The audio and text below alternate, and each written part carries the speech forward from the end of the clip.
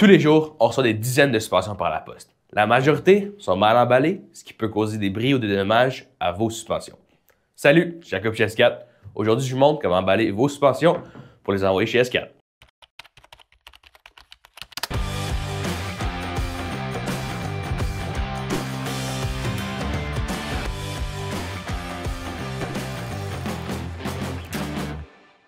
C'est le temps de la saison de faire tes services, puis tu te demandes qu'est-ce que j'ai besoin pour envoyer mes suspensions. Bon, on va partir avec ça. Donc, on part par les boîtes. Une grosse boîte pour ta fourche, une plus petite pour ta tige de sel et une encore plus petite pour ton amortisseur. Ensuite, pour emballer tes suspensions, tu as besoin du papier bulle pour que ça soit bien sauf et du rembourrage pour que rien bouge dans la boîte. Ensuite, on a besoin du bon tape, d'un marqueur, d'une guinée pour essuyer le tout et du tape à usage léger. Je vais vous dire pourquoi tantôt. Bon, on part avec ça. Je vais faire de la place. Parfait. Donc, première étape, on part avec la fourche. On commence par laver bien comme il faut toutes les pièces qui ont de la graisse comme la colonne de direction, ton axe, n'importe où qu'il y a de la petite poussière. On lave ça. Que ce soit tout beau, tout propre pour nos techniciens. On enlève toutes les pièces amovibles sur la fourche. Donc, que ce soit garde-boue, braquette de frein, spacer, on enlève tout. Donc, dans mon cas, j'ai un garde-boue Fox, on part avec ça. Donc, on prend notre clé Allen, on dévisse ça ici. On prend toutes nos pièces qu'on sort, on les met toutes à la même place pour pouvoir les garder quand on remonte ça. On dévisse ici. On met de côté. On enlève le garde-boue, on le met avec nos petites pièces et on visse les vis ici pour pas que ça coule dans la boîte. Quelque chose à noter, c'est qu'on peut garder l'axe dans la fourche. C'est quand même une bonne idée de le garder parce que ça rajoute de la rigidité à la fourche quand on le ship pour s'assurer qu'il n'y ait pas de dommages qui se causent pendant le transport. Donc, prochaine étape, on emballe ça. On prend notre papier bulle, on l'ouvre ici, on va prendre notre fourche, on la met dessus. Première étape qu'on va faire, on va le plier une fois, puis on va le sécuriser à la fourche avec notre ruban à usage léger. C'est pour ça qu'on utilise ça, comme ça colle pas trop à la fourche. C'est plus facile pour nos shippers de déballer ça quand ça arrive. Donc on colle ça comme ça. Pas besoin d'être super bien collé. On va tourner ça autour. Ensuite, on roule. On s'assure que c'est roulé bien serré et qu'il n'y a aucune partie de la fourche qui sort du papier. Si ça sort, c'est des chances pour qu'on puisse l'abîmer pendant que c'est dans le transport. Donc, on roule ça bien serré. On reprend notre ruban. On met quelques coups de ruban pour sécuriser le tout. Ensuite, on prend notre petit paquet et on le met dans la boîte. Comme ça. On prend n'importe quoi que vous avez à la maison. Dans notre cas, on a du papier brun, du papier journal, n'importe quoi. Ça marche. Tant que ça remplit l'espace. On remplit ça bien serré pour pas que ça bouge et on referme la boîte. Un ruban à boîte et on referme le tout. Bien serré.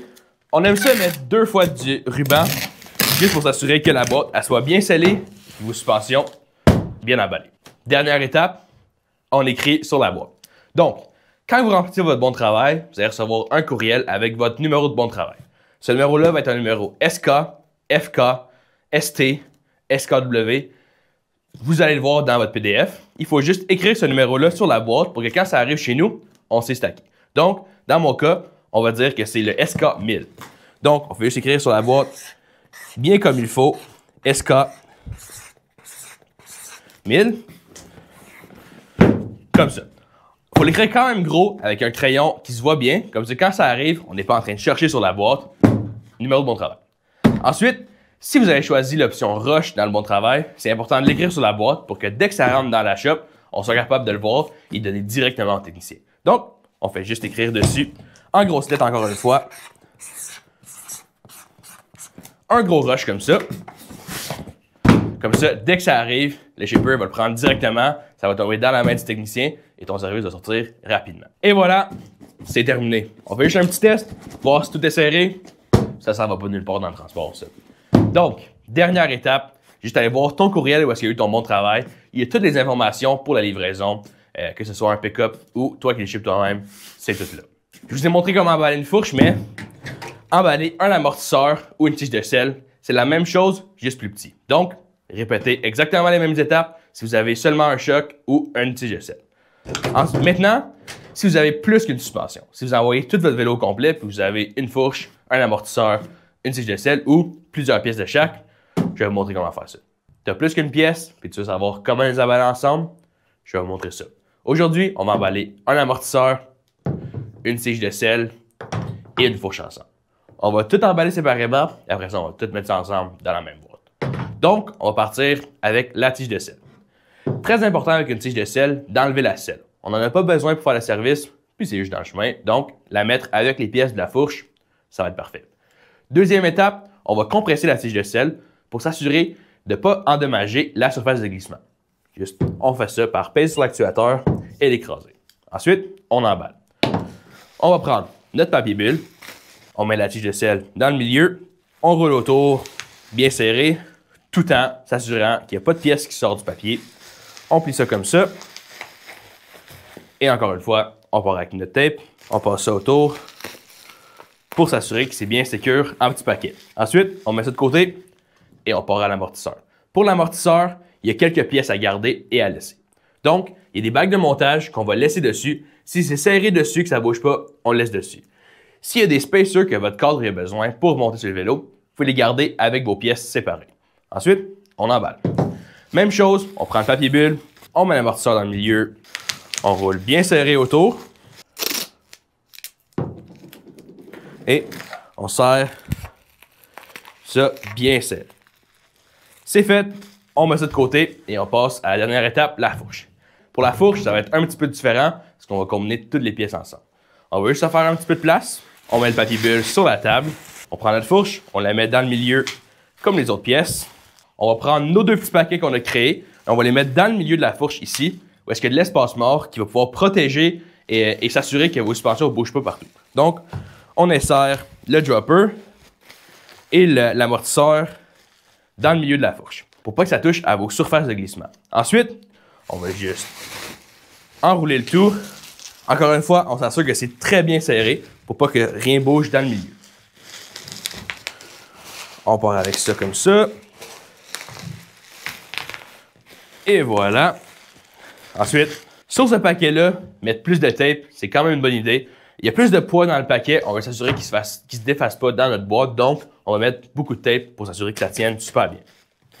Donc, on resserre toutes les extrémités. Ça, on va coller un petit peu plus ici. Et on va rerouler le bout. Et voilà. Maintenant, notre paquet est prêt. On est prêt à mettre ça dans la boîte. On prend notre petit paquet. On le dépose dans la boîte. On s'assure que c'est bien serré, pas que ça bouge. Et on prend notre papier, notre rembourrage, n'importe quoi que vous trouvez. On fait juste le rentrer dans la boîte. Encore une fois, vu que c'est plus lourd, on va s'assurer de mettre beaucoup de rembourrage pour pas que ça bouge. On referme ça bien serré. On prend notre tape. C'est d'autant plus important sur ce paquet-là de mettre beaucoup de tape sur la boîte parce qu'il y a beaucoup de choses dans la boîte qui vont pouvoir sortir de la boîte si on ne met pas assez de tape. Toutes les pièces sont dans la même boîte. Maintenant, dernière étape, c'est d'écrire tous les bons de travail des pièces qui sont dans la boîte sur la boîte. Donc, ici, on va écrire notre bon de travail et le dernier ici. C'est aussi simple que ça.